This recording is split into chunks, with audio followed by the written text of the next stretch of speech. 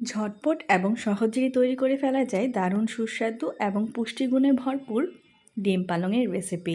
আজকে তৈরি করে দেখাবো খুবই মজার ডিম পালং। আসসালামু আলাইকুম, আমি আতিয়া নারায়ণগঞ্জ থেকে। প্রথমেই কিছু পালং শাক নিয়ে নিয়েছি এবং ভালো মতো ধুয়ে পরিষ্কার করে নিয়েছি। পালং শাকটাকে এবার পছন্দ মতো কেটে নিচ্ছি। আমি একটু বড় কুচি করে কেটে নেব।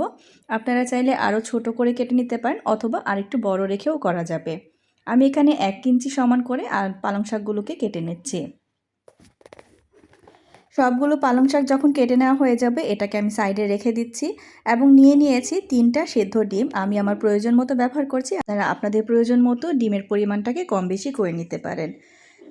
ডিমটাকেও এভাবে সুন্দর করে গোল গোল করে কেটে নিচ্ছি, একটু মোটা করে গোল গোল করে কেটে নিব, এতে করে দেখতে ভালো লাগবে এবং খেতেও সুস্বাদু হবে। সবগুলো ডিম এক একে কেটে নিয়েছি। দেখুন কিভাবে কেটে নিয়েছি, একটু মোটা রেখে ডিমটাকে কাটতে হবে। এবার চলে যাচ্ছি মূল রান্নায়। একটা প্যানের মধ্যে আমি প্রথমেই তেল বসিয়ে দিয়েছি এবং তেলটা যখন হালকা গরম হয়ে যাবে সামান্য একটু লবণ ছিটা দিয়ে নিয়েছি এবং এখানে কেটে রাখা ডিমগুলোকেও দিয়ে ভালো মতো ভেজে নেব। একে একে সবগুলো কেটে নেওয়া ডিম আমি তেলের মধ্যে দিয়ে দিচ্ছি। এই পর্যায়ে চুলার আঁচটাকে মিডিয়াম রেখেছি, খুব বেশি হাই করা যাবে না এবং ডিমটাকে উল্টে পাল্টে একটু সুন্দর একটা রং আসা পর্যন্ত ভেজে নিতে হবে। তবে লক্ষ্য রাখতে হবে ডিমটা যাতে অতিরিক্ত ভাজা না হয়ে যায়, তাহলে ডিমটা শক্ত হয়ে যাবে। ডিমগুলোকে সব ভেজে নিয়েছি, এবার একে একে ডিমগুলোকে তুলে নেব। সবগুলো ডিম তুলে নেওয়া হয়ে গেছে এবং সেই একই তেলের মধ্যে বাকি রান্নাটা আমি সম্পূর্ণ করব। তেলের মধ্যে দিয়ে দিচ্ছি আস্ত জিরা, তার সাথে দিয়ে দিচ্ছি শুকনা মরিচ, সুন্দর একটা ফ্লেভার আসবে। যখন জিরা আর শুকনা মরিচটা ভাজা হয়ে যাবে এই পর্যায়ে দিয়ে দিব পেঁয়াজ কুচি। এখানে আমি পেঁয়াজ কুচি দিয়ে দিয়েছি। পেঁয়াজ কুচিটা হালকা ভেজে যখন নরম হয়ে যাবে তখন গুঁড়া মশলা ব্যবহার করছি। দিয়ে দিয়েছি পরিমাণ মতো লবণ, হলুদ গুঁড়া দিয়েছি 1/2 চা চামচ পরিমাণ, লাল মরিচের গুঁড়া দিয়েছি 1 চা চামচ পরিমাণ, ধনে গুঁড়া দিয়েছি 1/2 চা চামচ পরিমাণ। এবার মশলাটাকে ভালো মতো ভেজে কষিয়ে নিব। এখানে আমি একটু সামান্য পানি ব্যবহার করছি যাতে মশলাটা পুড়ে না যায়, সেই দিকটাও লক্ষ্য রাখতে হবে। ভালো মতো মশলাটাকে একটু কষিয়ে নিতে হবে তেল ভেসে আসা পর্যন্ত। যখন তেলটা ভেসে আসবে তখন আগে থেকে ধুয়ে কেটে রাখা শাকগুলোকে দিয়ে দিচ্ছি। চুলার আঁচ রেখেছি এই পর্যায়ে লো হিটে। যখন শাকগুলো সম্পূর্ণ দেওয়া হয়ে যাবে তখন চুলার আঁচটাকে আমি হাই হিটে করে দেব।